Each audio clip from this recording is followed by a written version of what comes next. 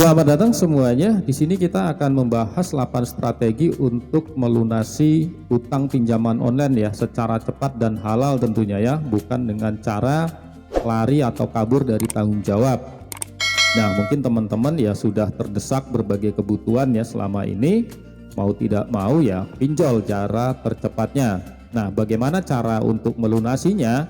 Oke, di sini sudah saya rangkum ya, ada 8 cara yang bisa teman-teman lakukan berdasarkan resource ya yang ada saat ini. Nah, cara yang pertama yaitu teman-teman cukup melakukan analisa pendapatan dan pengeluaran tiap bulannya tentunya ya. Sebisa mungkin yang namanya pengeluaran bulanan itu diminimalis ya. Yang tadinya mungkin ada pengeluaran A, kalau bisa dihapus kalau emang ini tidak perlu. Jadi ya tinggal dibuat listnya, kira-kira tadinya sebulan bisa makan di luar sekali 2 kali, entah itu makan bakso atau mungkin nasi padang dan sejenisnya, itu ya mau tidak mau teman-teman harus hilangkan selama masih punya utang di pinjol ya.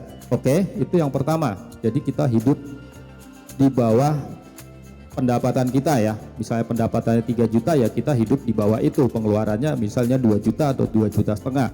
Pastikan ada lebihnya. Oke, itu yang pertama. Yang kedua yaitu menambahkan uang ekstra ke pembayaran pinjol.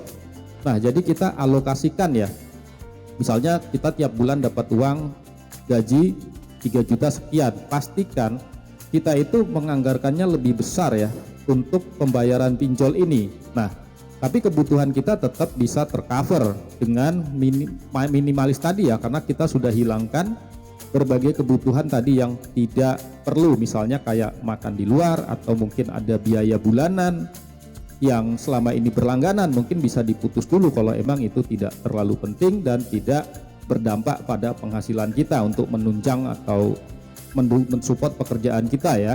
Oke, jadi itu yang nomor 2. Nah, untuk yang nomor 3 tentunya manfaatkan waktu luang buat cari penghasil tambahan ya. Penghasilan tambahan ini bisa dilakukan di luar jam kerja, misalnya kayak ojol atau mungkin kita sebagai YouTuber atau mungkin sebagai reseller, dropshipper yang dimana bisa dilakukan secara online dan hanya dari rumah ya, bahkan ini tanpa modal sekalipun ya, dan kita bisa mendapatkan penghasilan tambahan itu tadi di saat waktu luang kita di luar jam kerja kita formal ya.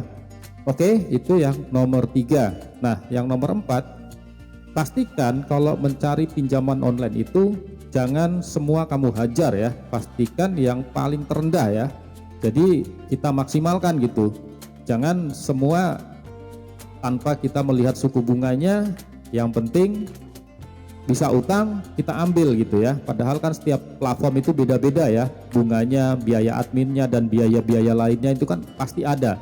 Nah, itu pasti ada perbedaannya, makanya kita harus pelajari ya, cari yang terkecil. Kalaupun teman-teman nantinya mau pinjol ya, itu dipelajari lagi ya, karena kan pinjol itu ada banyak gitu.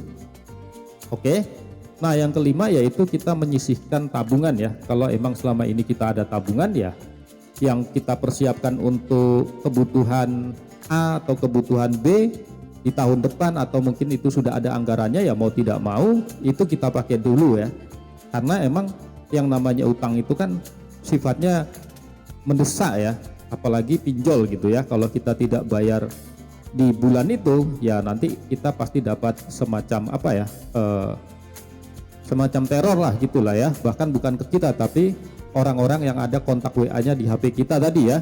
Jadi nanti semacam diteror gitu buat supaya kita bisa melakukan pembayaran tadi ya. Oke, nah itu yang nomor 5. Nah, nomor 6 ini sama aja ya, istilahnya hidup lebih hemat. Jadi ya apa yang perlu dihemat ya teman-teman harus hemat ya. Jadi jangan mengikuti orang-orang yang kondisinya saat ini di atas teman-teman, misalnya di lingkungan kerja, di lingkungan kantor. Kalau mereka masih bisa have fun ya teman-teman ya tahu kondisi, lihat situasi ya. Jadi kita hanya semacam menderita sementara saja ya, untuk bisa terlepas dari pinjaman online ini terlebih dahulu. Itu yang paling utama. Oke, nah yang ketujuh ya ini, jual aset yang tidak perlu.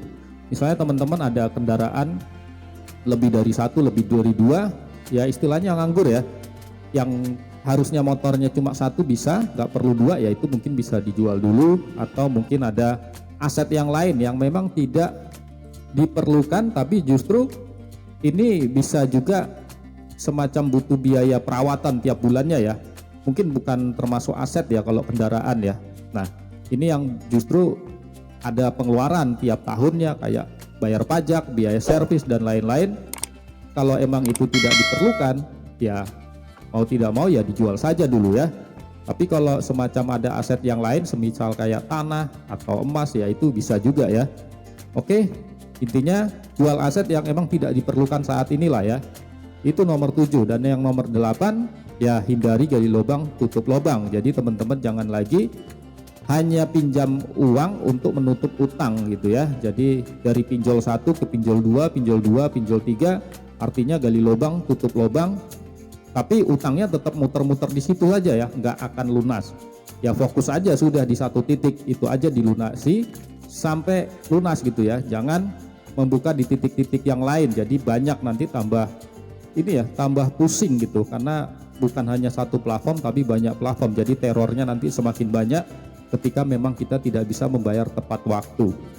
Oke ya, itu teman-teman ya, ada 8, silahkan dilakukan.